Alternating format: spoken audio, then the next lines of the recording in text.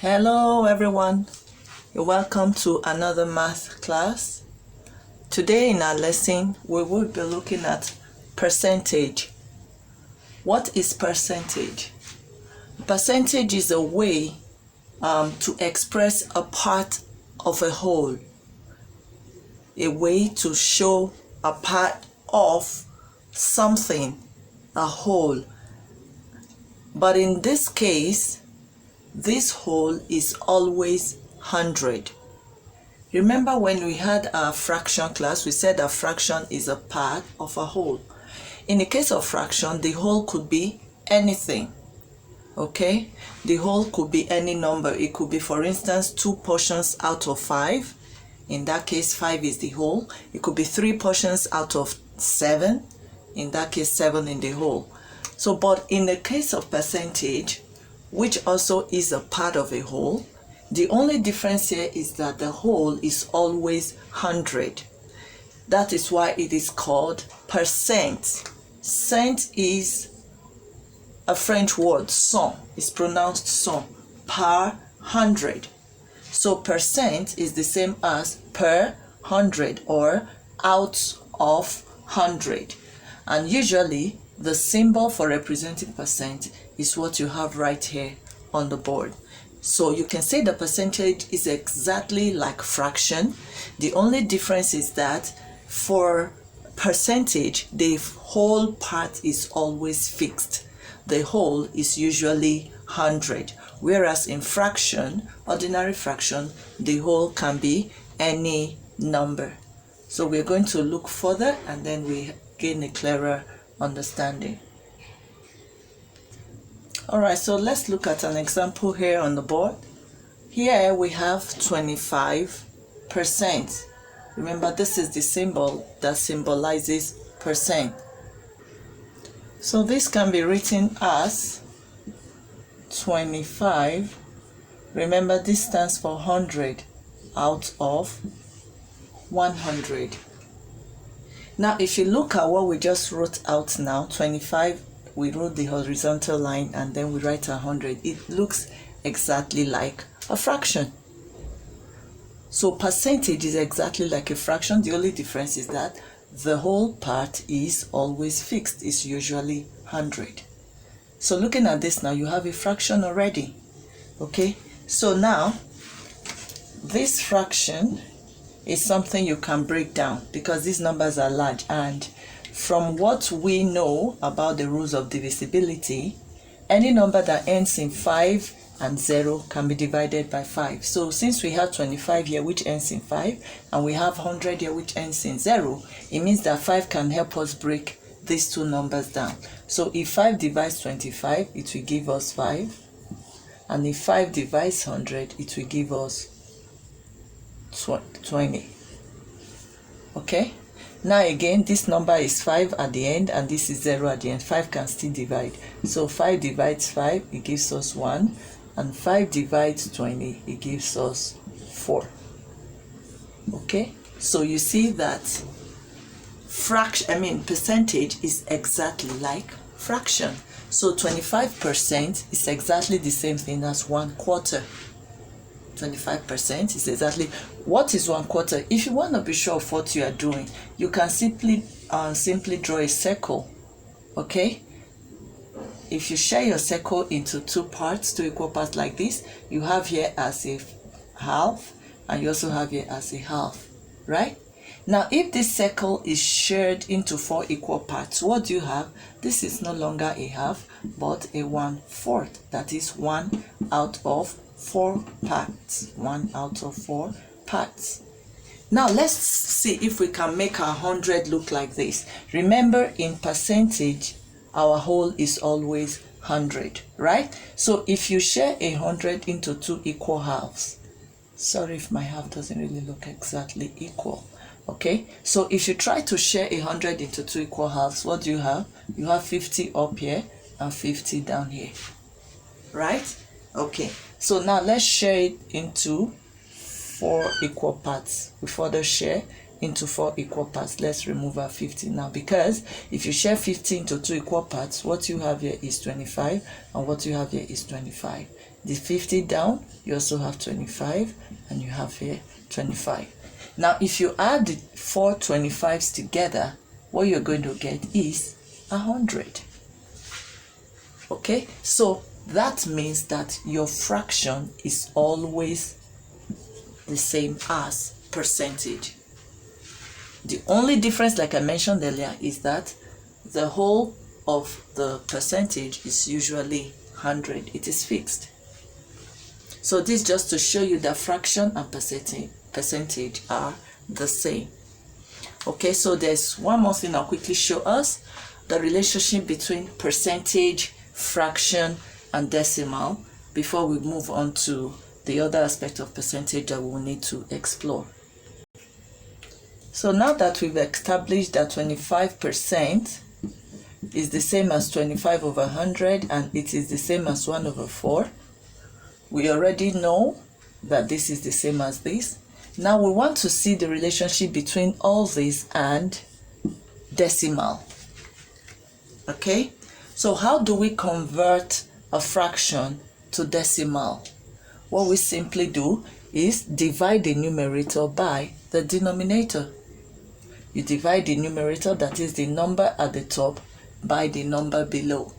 Okay, now applying our rule of division, if you have a dividend that is smaller than the divisor, what do? You put down your 0, you add your point, and that 0, you bring it to the dividend. It's just to empower the dividend, but at least by putting down your 0 point, you have shown us that the divisor is originally bigger than the dividend. So now the dividend has become 10 and we have 4 here. So 10 divided by 4 is 2. Now 2 times 4 is 8. So 8 from 10, you have a remainder of 2. Now what do? You add 0 to that 2 again. So the new dividend we have now is 20. So 20 divided by 4, that gives us 5. And 5 times 4 is 20. 20 from 20 is 0. So you are left with nothing. That means that 25%, right, which is the same thing as 25 out of 100, is the same thing as 1 out of 4, and is the same thing as 0.25. Now remember, when we treated decimal in an earlier video, we said you cannot call this number 25. You can't say 0.25. Why?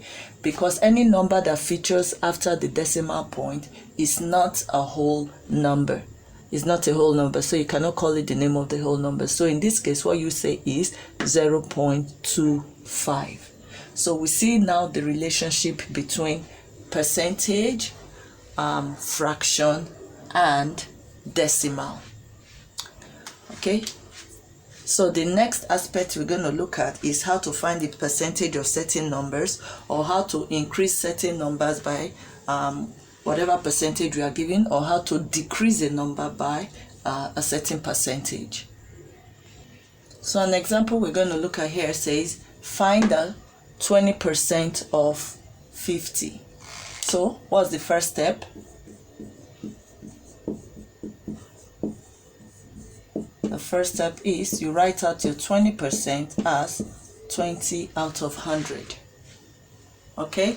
And in numeracy or in math, off is times.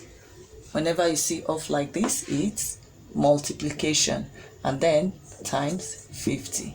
Now, if you write your 50 like this, somebody that doesn't really understand could get a little bit confused. So, to express it in a clearer way, you do that. Write your 50 over 1 to make it look like a fraction. Now, I'll quickly explain why we write over 1. Any whole number you see at all, no matter the number, as long as it's a whole number, it's not a fraction, it is usually over 1. Why? Because any number you divide by 1 remains the same. So, just for it to look like the fraction we are using it to multiply, we write it this way. Okay, so just know that any whole number you see can also be written as the number over 1. Now you can see that the two numbers look exactly the same way. They have the numerator and then they have denominator. So let's go ahead and multiply. So we have 20 times 50 divided by 100 times 1, right? I hope we're getting this. So what do we do when we have numbers with zeros like this for multiplication? We cancel out. 1 0 goes, 1 0 goes. So what you do to the numerator, you do to the denominator. What you do to the numbers at the top, you do to the number below. So 0 0. We have 2 zeros up and 2 zeros down. So zeros cancel zeros. Now what do we have left? We have 2 times 5 divided by 1 times 1. This is 10 over 1, which is the same as 10. That means that 20% of 50 is equal to 1. Now, to be sure your answer is correct, is interesting, ask yourself, 20% is 20 out of 100, right? So ask yourself, how many 20s can you get from 100? It's 5. So you can get 5 20s from 100. Now they said that the 20% of 50 is 10. So ask yourself, it has to be such that the same number of 20s you can get from 100 should be the same number of that answer you got that you can get from 50. So if we are saying that 5 20s give us 100, then 5 10s should give us the 50 that we started off with. So 10 times 5, does it give 50? Yes, it does. So we know we are correct. 20% of 50 is 10. Okay, so whenever you are asked to find the percentage of any number, just write out the number, the percentage you are giving, express it as a fraction, okay, by writing the number over 100, and then you multiply it by the number you are looking for. It's as simple as that. Spread out the percentage, write it in fraction form, and multiply with the number. Okay, so that's how you get that. So the second example here is decrease 80 by 10%. That is, reduce 80 by 10% of its value. So before you do anything, you need to look for the 10% of 80. Okay, so that's the first thing we're going to do. What is the 10% of 80? That's what we're looking for. So what do? You do 80 multiplied by 10 over 100. Remember, 10% is 10 out of 100. So you open up like this. And then remember we said that a whole number is usually over 1. So it's 80 over 1 times 10 over 100. Right? Okay, so next we have 80 times this 10 divided by 1 times 100. Again, we have a lot of zeros, okay? So remember, when we have zeros like this, the easiest way to go about this is cancel out the equal number of zeros up and down. If you have 1 0 up, 1 0 down, just cancel 1, cancel 1. If you have 2 that you can cancel out, fine. But the thing is, you cannot cancel 1 0 up and cancel 2 zeros down. No, the number of zeros you cancel up is exactly the number of zeros you're going to cancel down. Whatever you do to the numerator, you must do it to the denominator. So here, 1 0 here cancels 1 0. We still have 1 0 left, right? So the second 0 is cancelled by this other 0. So what do we have? We have 8 times 1 over 1 times 1. So that's 8 over 1, and that is 8.